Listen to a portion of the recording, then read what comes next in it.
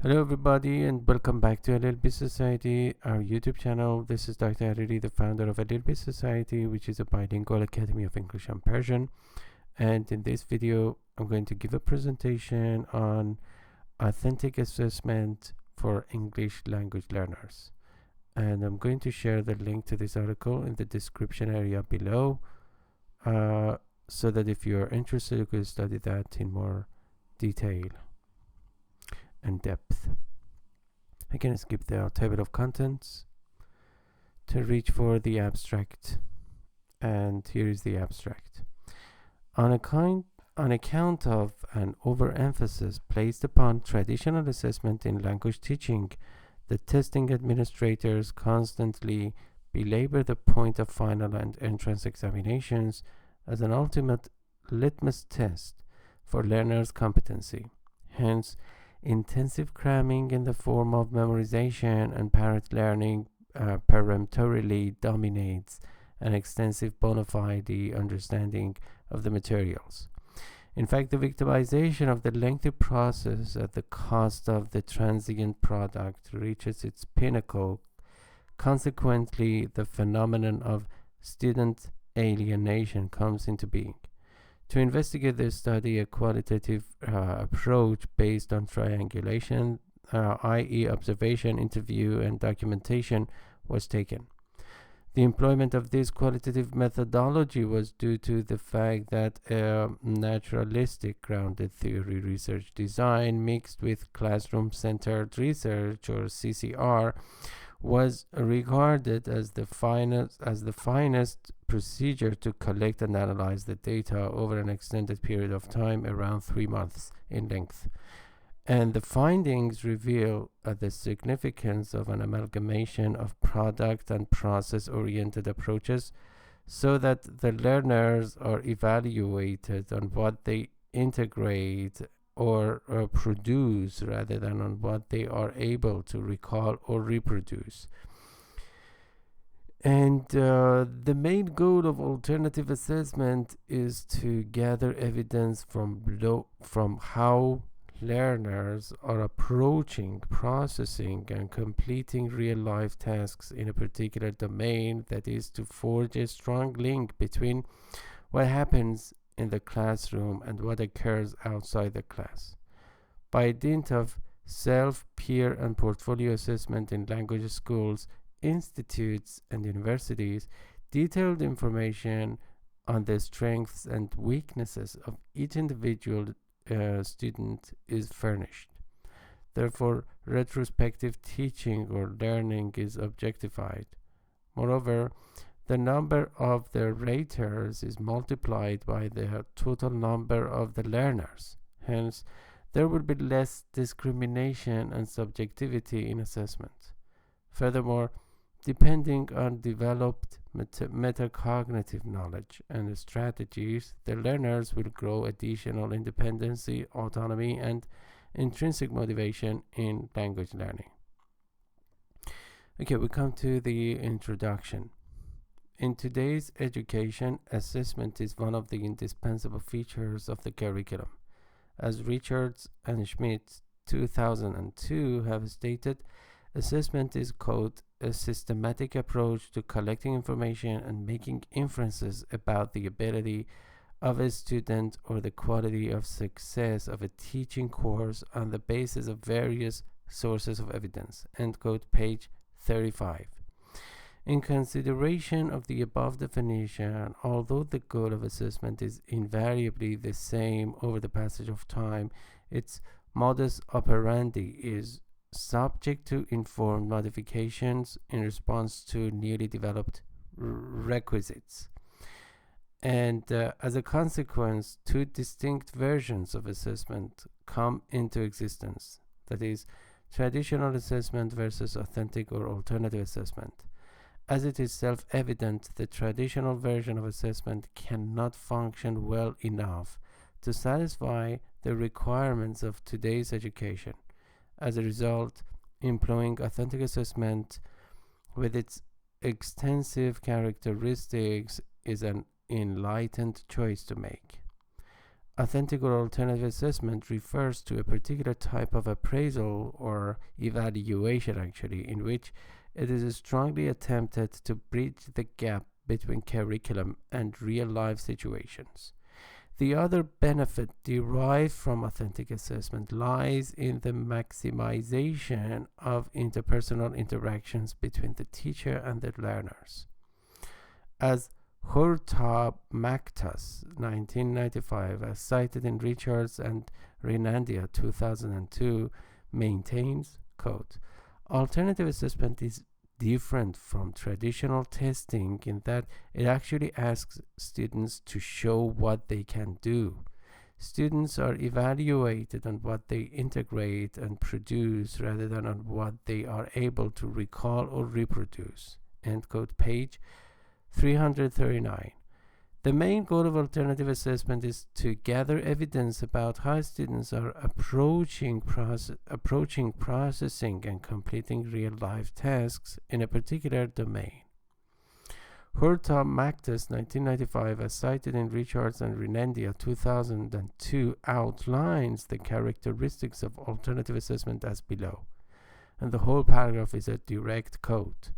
Alternative assessment provides alternatives to traditional testing in that it a does not intrude in regular classroom activities, b reflects the curriculum that is actually being implemented in the classroom, c provides information on the strengths and weaknesses of each individual student, d provides multiple indices that can be used to gauge student progress, and E is more multiculturally sensitive and free of norm, linguistic, and cultural biases found in the traditional testing. End quote, page 339. Statement of the problem. These days, the employment of authentic assessment seems to be categorically urgent in as much as the fact that, regrettably, as long as SLT is concerned, merely a traditional dimension of assessment is taken into account. More specifically speaking, the devastating blows of traditional assessment are utterly lucid and apprehensible to all of us. For example, when the poor learners are obliged to put up with the ponderous and futile task of memorizing the materials like a parrot without understanding them in depth. Another demerit attributed to traditional assessment is an abundant emphasis that is placed upon final exams. To be more exact, according to many present educational programs, the extensive process must constantly be victimized at the expense of the ephemeral product. As a consequence, we belabor the application of final exams. To add insult to injury, we tenaciously and blindly cling to entrance exams and over-exaggerate their saliencies as the as an ultimate acid test to assess the learner's competencies. The detrimental repercussion of so doing is that, irrespective of how the learners have participated in the course from the outset so far, or even actually to the end of their course, and what sort of procedure they have employed, their aptitude and competency are determined merely through some perfunctory and superficial questions. What's worse, the majority of the questions are multiple choice ones in which the participants are forced to depend solely on their receptive knowledge.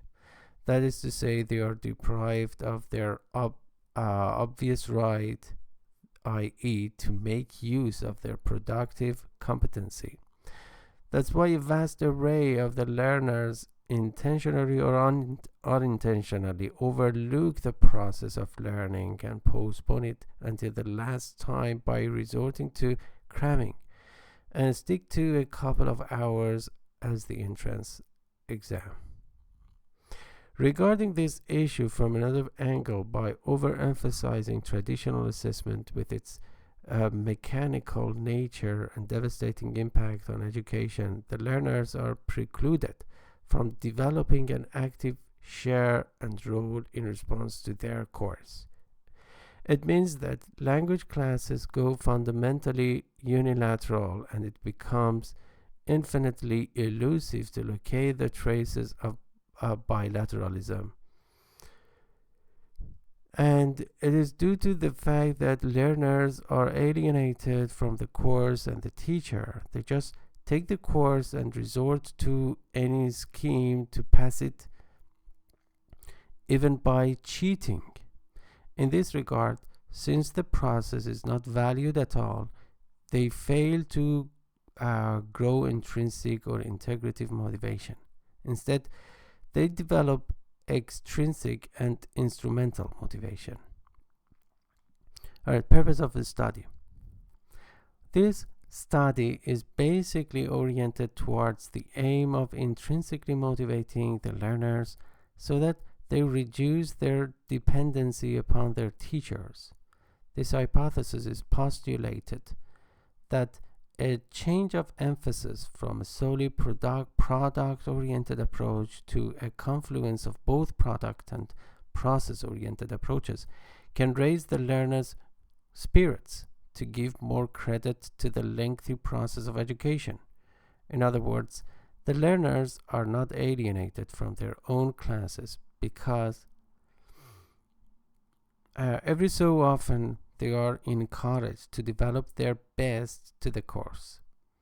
That's why they gradually engender a sense of belongingness to the class. On the other hand, by dint of authentic or alternative assessment, the learners are involved in real-life situations. In so doing, when they notice that they can contribute their learning in the class to their actual lives outside the class, they unwittingly develop and maintain a lot of inducement to make the most of their learning.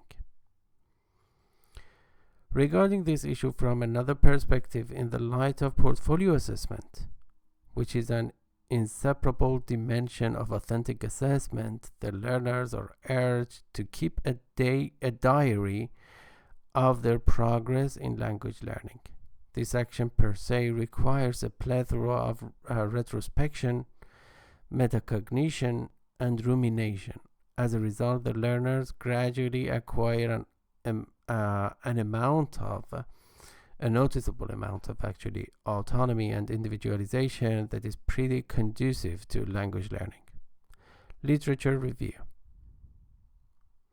The term assessment refers to a variety of ways of collecting information on a learner's language ability or achievement. Although testing and assessment are often used interchangeably, the latter is an umbrella term encompassing measurement instruments administered on a one-off basis, such as tests, as well as qualitative methods of monitoring and recording student learning, such as, for example, observation and simulation or project work. At first glance, a clear line of distinction must be made between assessment and testing. In fact, these two terms are not synonymous. As Brown 2004 has noted, quote, tests are prepared administrative procedures that occur at identifiable times in a curriculum when learners master all their faculties to offer peak performance, knowing that their responses are being measured and evaluated. End quote, page 4. He, that is Brown 2004, further adds that assessment, by contrast, is an ongoing process that encompasses a much wider domain. As a matter of fact, testing occurs when the learners are fully conscious of measurement, whereas in assessment, the learners are subconsciously evaluated. And here is a diagram that portrays the interrelationship between teaching, assessment, and also tests. Brindley, 1989, states, quote, assessment is also distinguished from evaluation, which is concerned with the overall language program and not just with the individual students have learned. End quote, page 137. The term assessment per se is divided into several categories with reference to the objectives it is intended to achieve. For example, as Huff's 2003 has stated, assessment of achievement aims to establish what a student has learned in relation to a particular course of curriculum. Furthermore, assessment carried out by teachers during the learning process with the aim of using the results to improve instruction is known as formative assessment.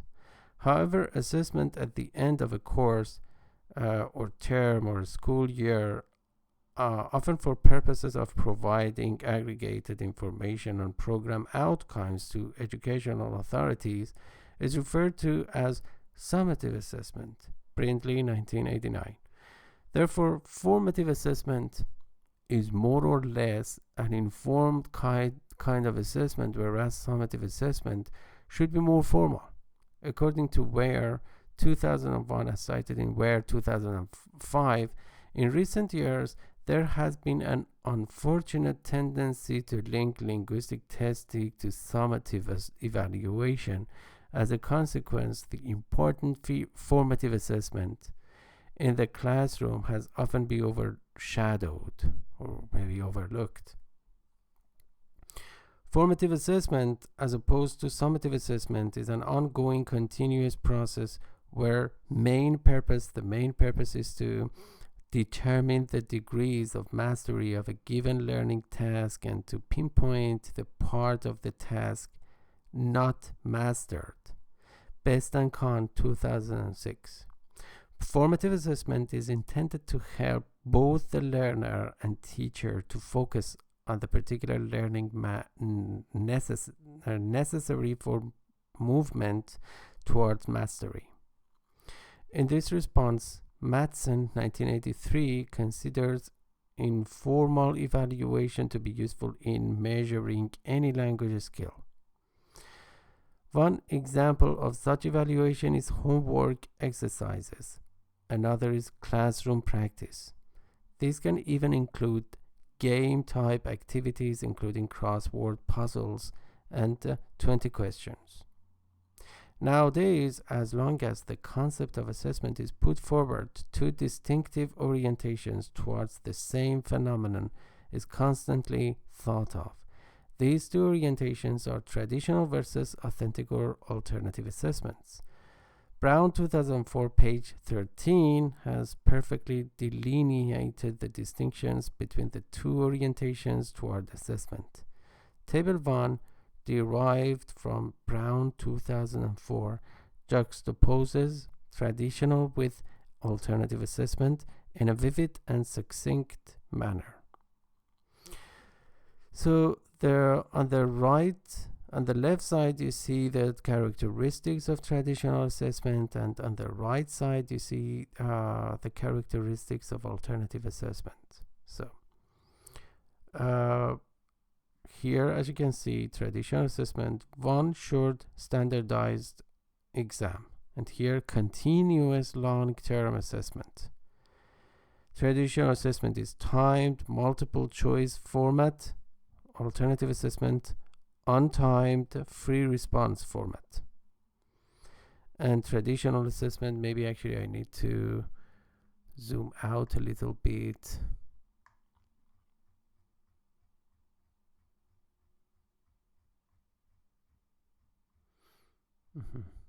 Yeah, I think it's better.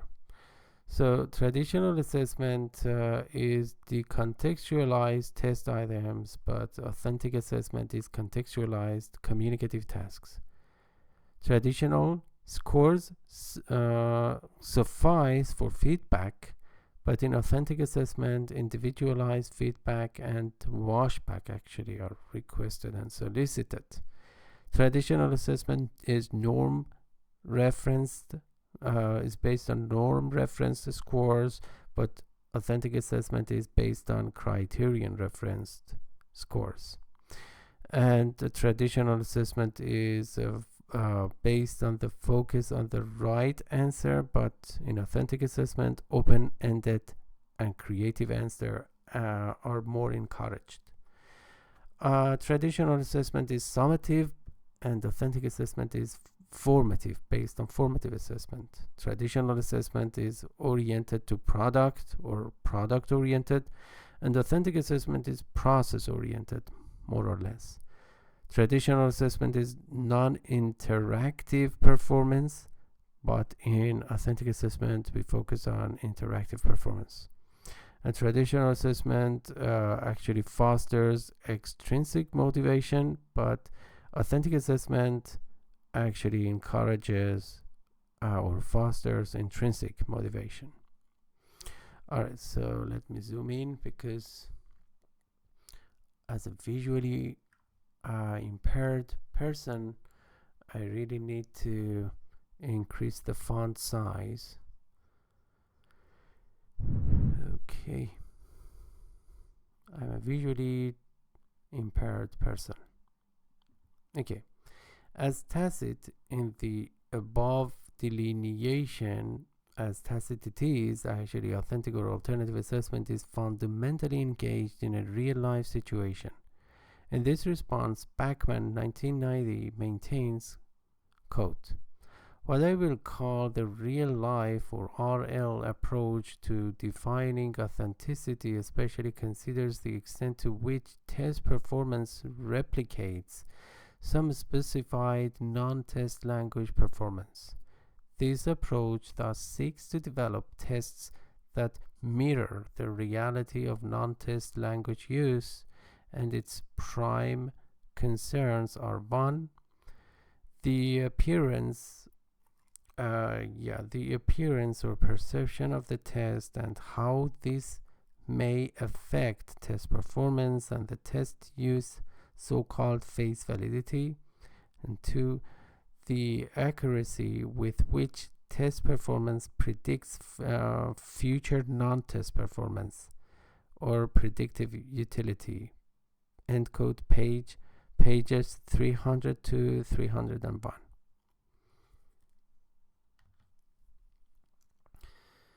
Okay, as Shohaumi and Revers 1985 have stated, in an authentic test environment, it is attempted to bear a close relationship between language performance on the test and language performance in real life. Tests such as the TEP, Test for English for Educational Purposes, and the Royal Society of Arts tests are examples of tests which attempted to be authentic. While we are talking about it, Peacock 1997 asserts that authentic materials have a positive effect on learner motivation in the foreign language classroom because they are intrinsically more interesting or stimulating than artificial or non-authentic materials. As stated earlier, an informal, formative, and authentic orientation toward assessment is more likely to elicit the learner's true score while at the same time considering the authenticity of learning. That is why Rivers 1981 believes, quote, "Many teachers are proud of the fact that they are conducting communication-oriented classes, yet they evaluate their students' learning solely through pen and paper tests. This unfortunately common practice betrays a lack of reflection on how they are testing." End quote, page 366. Authentic assessment, which is authentic by nature, alternative assessment, which is authentic by nature, has been described as an alternative to standardized testing and all of the problems found with such testing. Garcia and Pearson, 1994, equate alternative assessment with performance assessment, authentic assessment, portfolio assessment, informal assessment, situated or contextualized assessment, and also assessment by exhibition. And according to Fulcher, 1996, and also Lazaratun, 1996, as cited in Brindley, 1998, qualitative analyses of authentic language use are required to cast more light on the nature of the language skills involved in performing the communicative functions described in outcome statements. Among various manifestations of authentic or alternative assessment are self, peer, and portfolio assessment. The significance of these dimensions of assessment is so high that Brown, 2001, argues, quote, "Successful learners extend the learning process well beyond the classroom and the presence of a teacher or tutor, autonomously mastering the art of self-assessment and also where peers are available to render assessment. Why not take advantage of such additional input?" End quote, page 415. Portfolios are appropriate vehicles for metacognitive awareness. Such metacognitive awareness is basic for further reading, and also furthermore, portfolio assessment involves its users in the larger issue of teaching, learning, institutional goals and objectives, and individualization in language learning. Waite, 2002, and Hamp-Lyons, 1995, as cited in Huff's 2003, believe that a collection of papers on the assessment of writing in academic context, together with the use of computers as raters, can help language teachers and learners a lot to get closer to alternative assessment. According to Genesee and Upshur, 1996, as cited in Carter and Noonan, 2001, a portfolio is, quote, "a purposeful collection of students' work that demonstrates their efforts, progress, and achievement in given areas," end quote, page 99. As Brown, 2004, page 256, has stated, portfolios include materials such as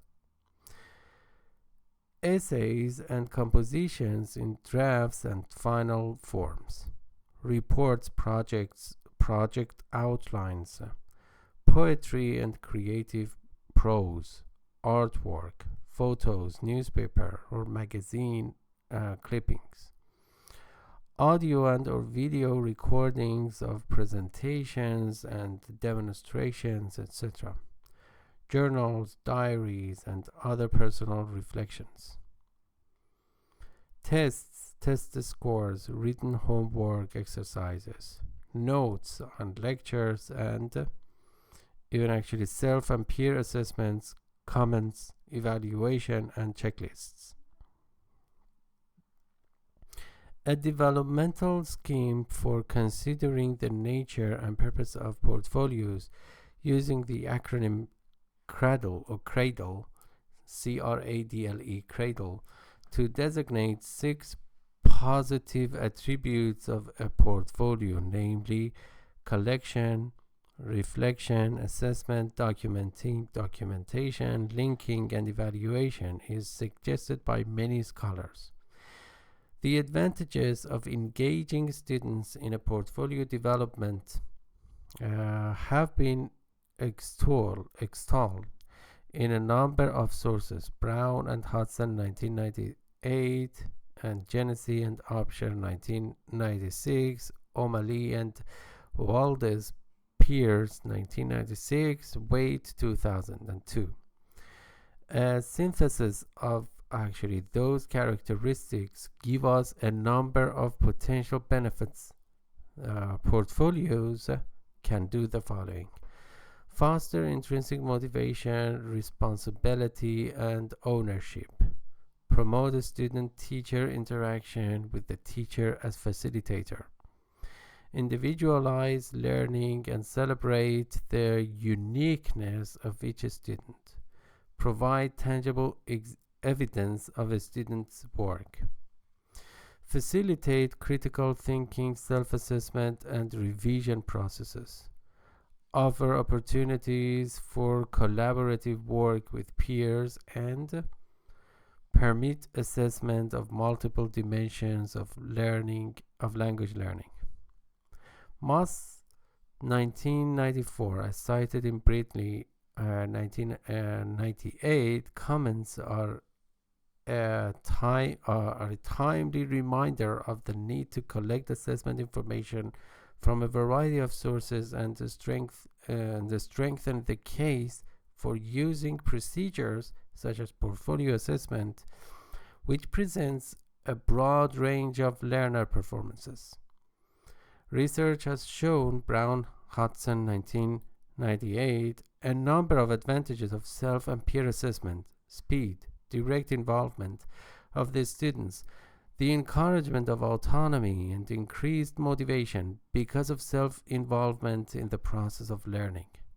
Of course, the disadvantages of subjectivity looms large and must be considered while proposing to involve students in self and peer assessment. According to Baker 1989, in group assessment, the performance of a number of candidates are assessed during an extended role play. In this response, a useful technique is the tribunal simulation,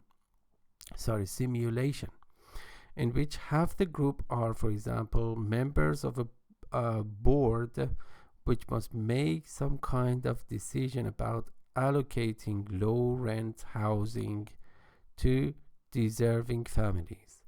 The other half of the group plays the families applying for the housing. And finally, the significance of journal writing as a prominent role in educational model that emphasizes the importance of self-reflection is closely investigated. Brown 2004 states that, quote, a journal is a log or also a count of one's thoughts, feelings, reactions, assessments, ideas of progress toward goals, usually written with little attention to structure, form, or correctness. End quote, page 260. In this response, as a general rule, the students are actively involved in brainstorming, free writing, or non-stop writing based on their stream of consciousness. Meanwhile, it should be noted that the students' errors must not be critically corrected. Fortunately, models of journal use in educational practice have sought to tighten up this style of journal in order to give them some focus. The result is the emergence of a number of overlapping categories or purposes in journal writing, such as the following: language learning logs, grammar journals, responses to readings, strategies-based learning logs, self-assessment reflection, diaries of attitude, feelings, and other affective factors, and accumulation logs. Most classroom-oriented journals are what have now come to be known as dialogue journals. They lucidly signify an interaction between a reader, the teacher, and also the student through dialogue or response. Brown 2004. In general, dialogue journals are requested at regular intervals, perhaps weekly or bi-weekly. Brown 2004 further declares that Brown, he himself further declares that, quote, through dialogue journals, teachers can become better acquainted with their students in terms of both their learning progress and also their affective states, thus become better equipped to meet students' individual needs. End quote, page 260. He 2004 also adds practice in the mechanics of writing, using writing as a thinking process, individualization, communication with the teacher, and a unique opportunity for the teacher to offer various kinds of feedback to the list of benefits derived from dialogue journal. However, among all of the advantages attributed to dialogue journals, they are often criticized for being too free or subjective without any fixed criterion. Brown 2004 pages 262 to 264 has offered the following tips to seek feasible solutions to the raised problems. 1. Sensitively introduces students to the concept of journal writing. 2. State the objectives of the journal. 3. Give guidelines on what kinds of topics to include. 4. Carefully specify the criteria for assessing or grading journals. 5. Provide optimal feedback in your responses. 6.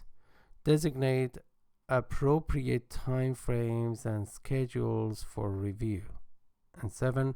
Provide formative washback giving final comments. Shohami and Revers, 1985, criticized authentic assessment by attributing two problems to it. 1. The difficulty of applying appropriate psychometric measures caused by the complexity of tapping the whole construct of authentic language, and 2. The large number of test variables which interfere with the authenticity of the language produced and reduce it to authentic test language.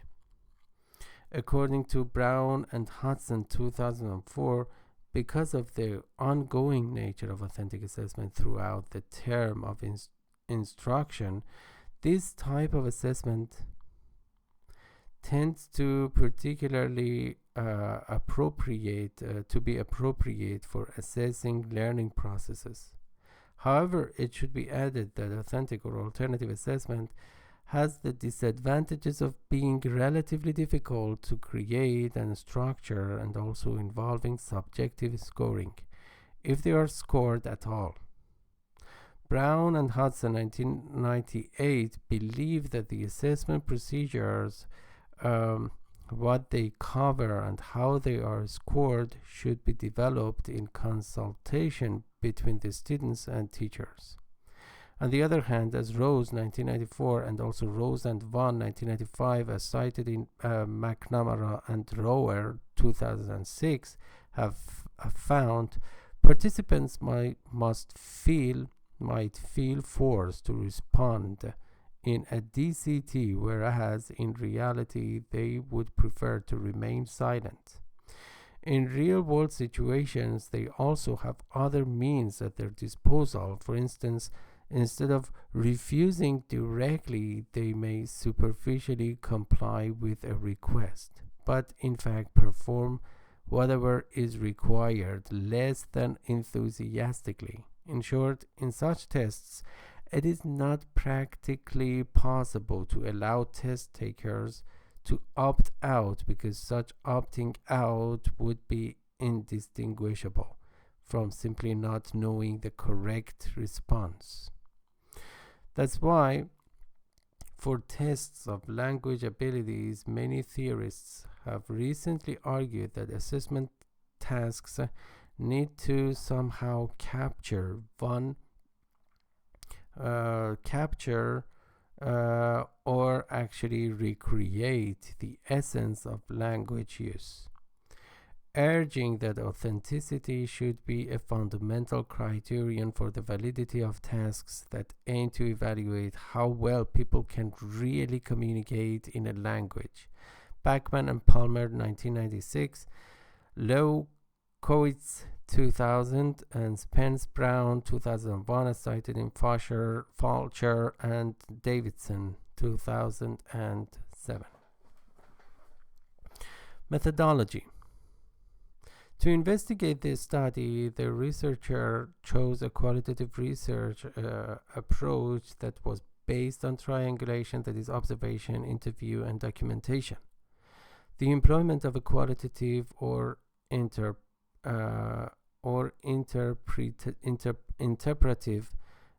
methodology was due to the fact that a naturalistic grounded theory research design was thought of as the finest procedure to collect and analyze the data.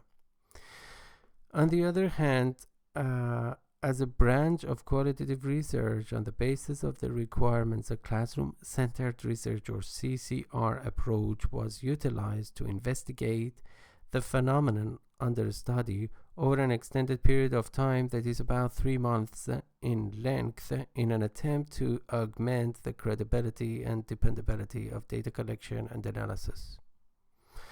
Furthermore, the utilization of triangulation with its own 3 subdivisions was another reason contributing to more credibility, because various sources of data collection were employed. As an observer, in an attempt to discard formality and alienation, the investigator did not make a border between the participants and himself. In fact, he himself took part in all of the course activities. In consequence, the researcher can be regarded as a participatory observer too. Research design and approach. In this research, to investigate the phenomenon under study, a theme-based approach was put to use to instruct the approximately 100 participants in an extracurricular course under the title of Learn English to Live Better, LLB, which is the main motto of us at LLB Society of ours. So LLB stands for Learn English to Live Better. As it is clear by its name, in this theme-based approach, all of the 4 skills were integrated in order to make a whole, and apart from language proficiency, another equal value was placed upon some psychological and intriguing subject matter, namely replacing pessimism with optimism, boosting self-confidence and self-esteem, how to say goodbye to jealousy, etc. The curriculum that was developed and then modified over the passage of the course was a sort of negotiated curriculum, i.e. the participants were heartened to reveal their contributions in response to the syllabus and the educational module. Furthermore, having been developed, it was constantly in a state of flux. That is, we made as many modifications as needed to the curriculum in an attempt to satisfy the participants' needs and wants. Another characteristic contributed to the research design of this study is that the curriculum was not book-centered at all. That is to say, the researcher never emphasized the completion of books as a necessity. Accordingly, an equal value was put on both of the process and product, and it was preferred that the participants could understand the assigned materials in depth. Self-discovery, cooperative learning, and whole language learning were 3 basic criteria upon which the research methodology was founded, in the hope that the participants could authentically assess themselves, thanks to peer assessment, self-assessment, learning logs, and most importantly, portfolio assessment. Findings and results. In the light of this study, it was discovered that traditional assessment does fail to help us truly assess the student's competency. Therefore, the application of product-oriented approaches, for instance, final exams and entrance exams, in which the student's final performance is considered the bare touchstone of assessment, is indisputably under question. Instead, it is imperative that we should make use of an amalgamation of process-oriented and product-oriented approaches to get closer to a more reliable type of assessment. While we are talking about it, the researcher has created a simile between the application of authentic or alternative assessment and EQ, emotional quotient. To be more precise, standardized achievement tests, including IQ tests, contribute only about 20% to the factors that determine success. A full 80% comes from factors germane to emotional intelligence. This relativity can more or less be traced between authentic or alternative assessment and traditional assessment. In other words, as IQ compared to EQ fails to account for one's success, traditional assessment cannot justify and elicit the learner's genuine and true competency either. In point of fact, authentic or alternative assessment and post method are one of the same in the sense that as post method is an alternative to methods rather than an alternative method, alternative assessment is also unrestricted and free to employ any practical procedure to justify the learner's actual competency. Alternative assessment for English learners provide a menu of possibilities rather than actually any one single method for assessment. Thus, student growth can be more reliably assessed because information from various sources is included in the process. For optimal learning to take place, students in the classroom must have the freedom to experiment and try out their own hypotheses about language without feeling that their overall competence is being judged in terms of those trials and errors. As a result, authentic assessment, which is pretty closer to subconscious evaluation, is more viable and functional. Likewise, with the intention of compounding meaningful and genuine essence to our teaching and as a result ruling out mechanical education, the learners ought to assume some responsibilities.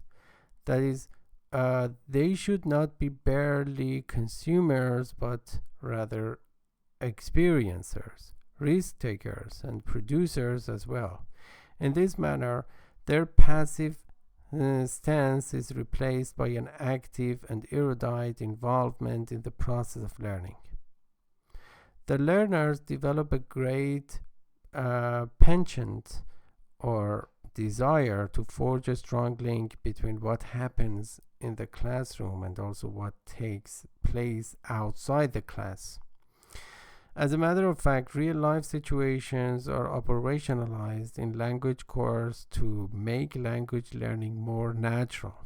In fact, education is more effective when it is experience-centered, that is, when it makes direct reference to the learner's authentic needs. Students are motivated by their personal involvement.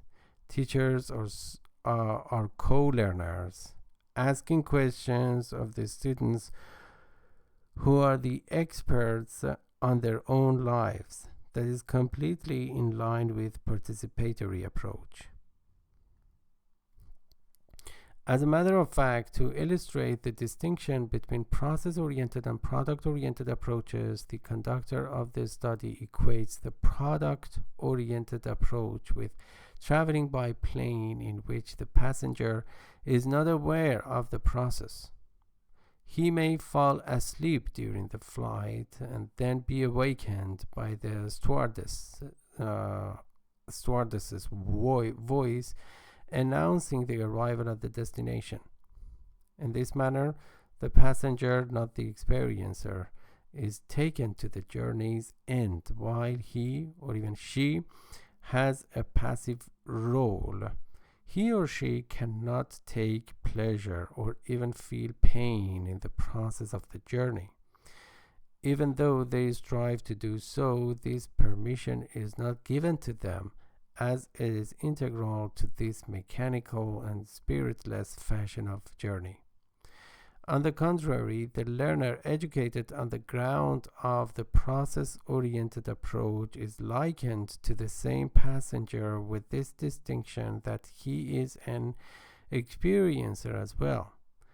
This is due to the fact that he goes on the same trip but by bike, for example. In consequence, during the whole journey, he or she must be actively involved and circumspect enough to navigate the route and be in charge of every event occurring to him or her.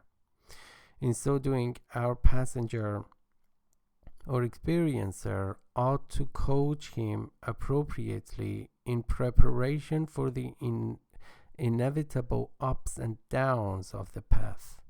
Consequently, the bike rider is responsively preoccupied with the pleasure and also agony of the voyage. The outcome is that his muscles strengthen and his forbearance or patience is boosted tremendously. Moreover, the active rider can, in the real sense of the word, enjoy the trip. When he arrives at a fascinating scene and longs for a sojourn, he can temporarily call a halt to the excursion and get some rest in the heavenly landscape. What's more, although he is required to make a painstaking attempt to cycle to the destination, the intensity of the quantity and quality of the pleasure he takes at the time of the arrival is never ever comparable to the pain he feels during the trip.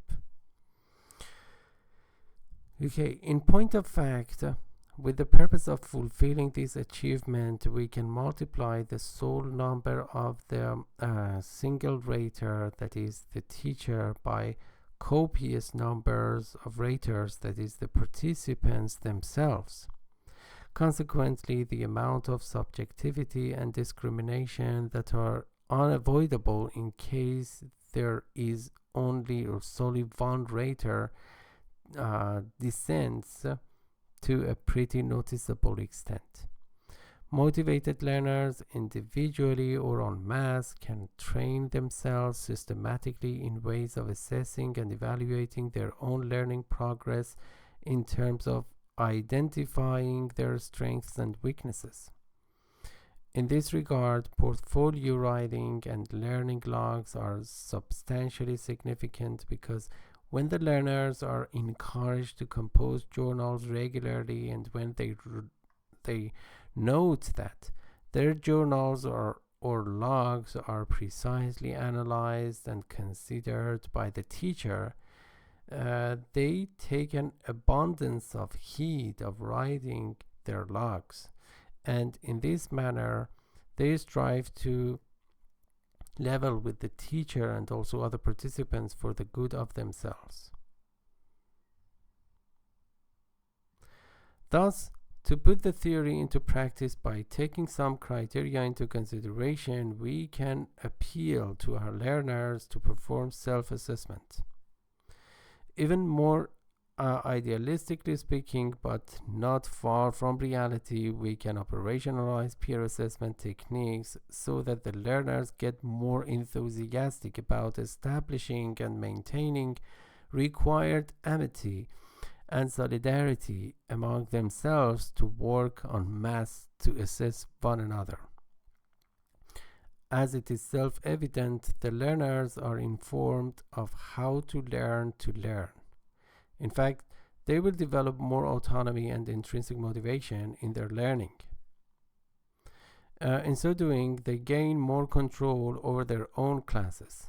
What's more, teachers' domination and ascendancy are reduced noticeably. And as a result, we will have a bilateral class and a two-sided mutual reciprocity, actually, in which learner-centeredness is practiced tremendously. Okay, another eye-catching function of authentic assessment is the application of learning logs and portfolio writing. As briefly mentioned above, more generally speaking, portfolio assessment is a qualitative approach to program evaluation which calls for a cooperative maintenance of a set of files on the instructional program. If the learners are encouraged to keep a diary of their learning by the aid of learning logs and portfolios, they can increase their awareness and metacognition in association with their learning. In so doing, the learners form optimum self-responsibility corresponding with their course.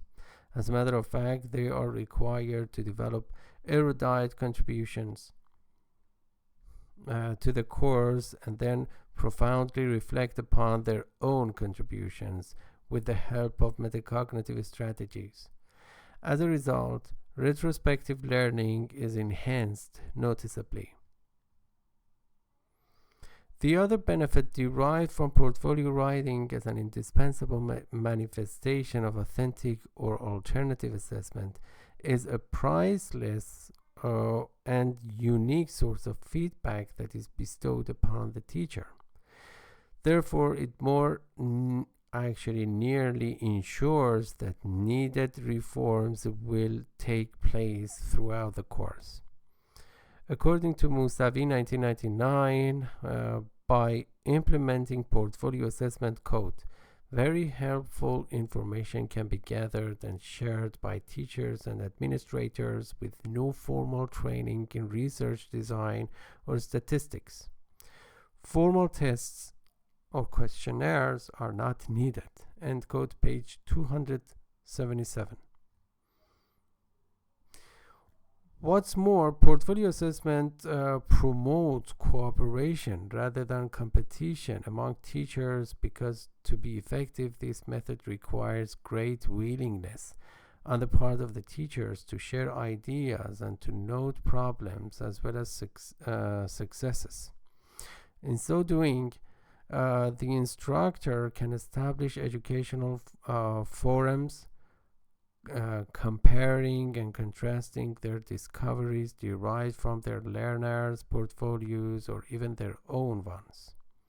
As Mousavi 1995 has pointed out, discoveries and findings can be conserved for future applications in other classes.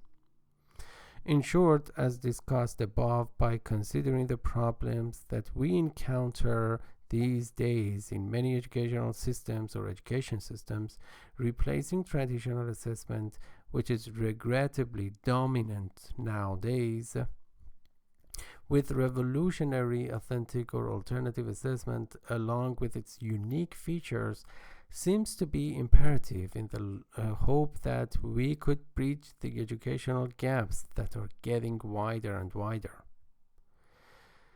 Conclusion. As discussed in the statement of the problem section, it is imperative that we should move forward from traditional to authentic or alternative assessment to seek apt solutions to the existing problems, namely mechanical learning, teacher-centeredness, student enslavement, lack of intrinsic motivation, and bona fide participation, competitive learning, spiritless and uninteresting education, and so on and so forth. By dint of alternative assessment, the learners are encouraged to have cooperation with each other, especially in peer assessment, so cooperative learning is practiced in the classroom. They develop an additional propensity to actively take part in the class, since they have faith in the authenticity and also fruitfulness of the tasks.